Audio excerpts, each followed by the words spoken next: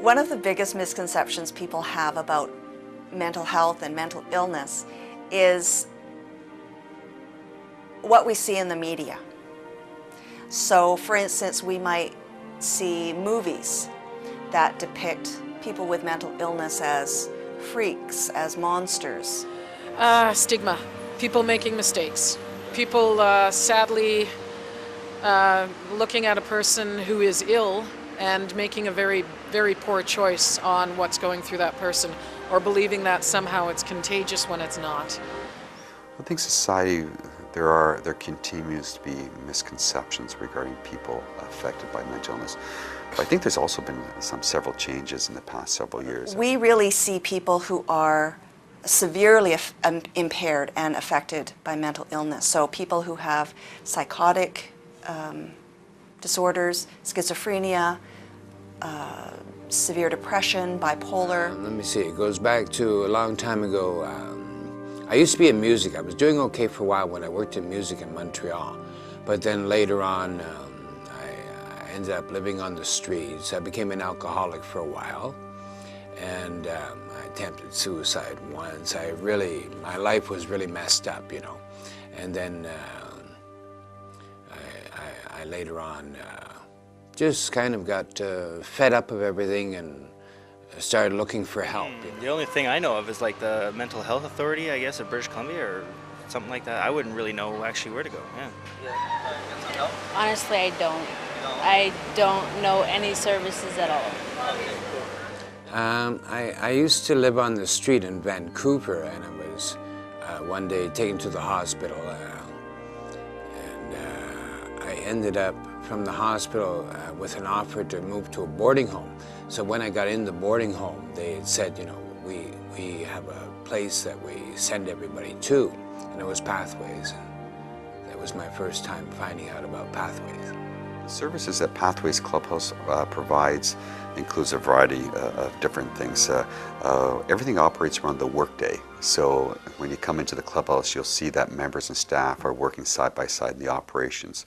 So when people come in, members involved in reception, publishing monthly newsletters, orientating new members. We have a meal program, so we provide 3 meals a day. We offer different services, such as laundry, computer, full internet. The services that are out there for Fraser Health, and I can speak to the rehabilitation and recovery services, that's the program that I'm a part of. And in many of the communities in Fraser, we have rehabilitation professionals right on the mental health teams. So that can be occupational therapy, vocational services, recreation therapy. But we also have other services in the community like clubhouses. We've got a peer support program. We've got some support for people to volunteer. The services that the living room provides are very diverse. Primarily, it's a safe place for mentally ill people to come and associate with their peers. They receive a lot of services here. Primarily, what they really appreciate is our meal program. 4 o'clock every day, they get a homemade, home-cooked meal with the staff try to make it as nutritious as possible. So that's an important issue in the downtown east side of Vancouver. The peer support program is really a very unique and valuable and special.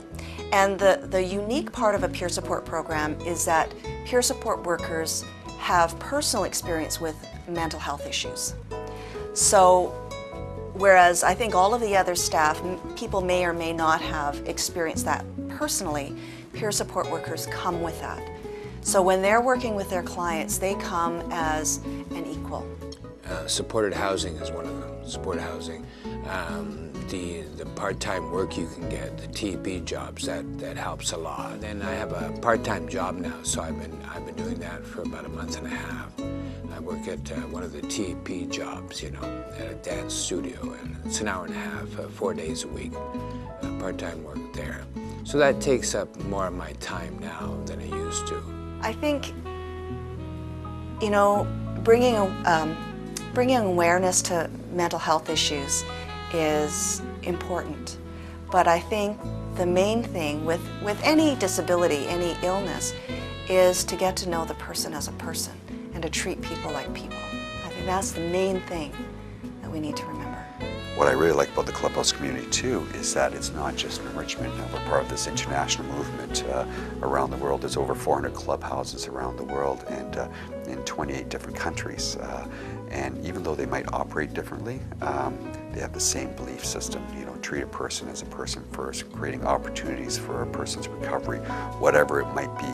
So even though we have structure, a member walks in the door and has certain needs, our goal is to help you with those goals. And it's not just here in Richmond, it's all over the world. We have a number of volunteers actually. That is kind of the cornerstone of this center here, is that there are so many programs and there's so many members, and the membership is so large that the staff simply can't do everything. So we do rely a lot on volunteers, and the way that it works is this, is if you were a volunteer and you wanted to work in a specific area, you would, you know, we have a staff liaison person that you could express interest to. You have to go through a criminal records check, and then you would kind of specify which department you want to work in. Some folks like to say, well, I would like to prepare meals for people. I volunteered at association for people with schizophrenia in Victoria many years ago, and my realization is that I think so many people just really want to belong. One thing we've discovered that really helps develop people's sense of self-esteem is having a volunteer program. We'll have clientele that have various strengths and skills, so we'll try to match them up with duties and responsibilities that relate to their interests and their knowledge. So the ways that people can contribute to the clubhouse are vast. As I said before, we don't have a lot of volunteers who come into our clubhouse, but we still have difficulty accessing financial resources, accessing jobs in the community.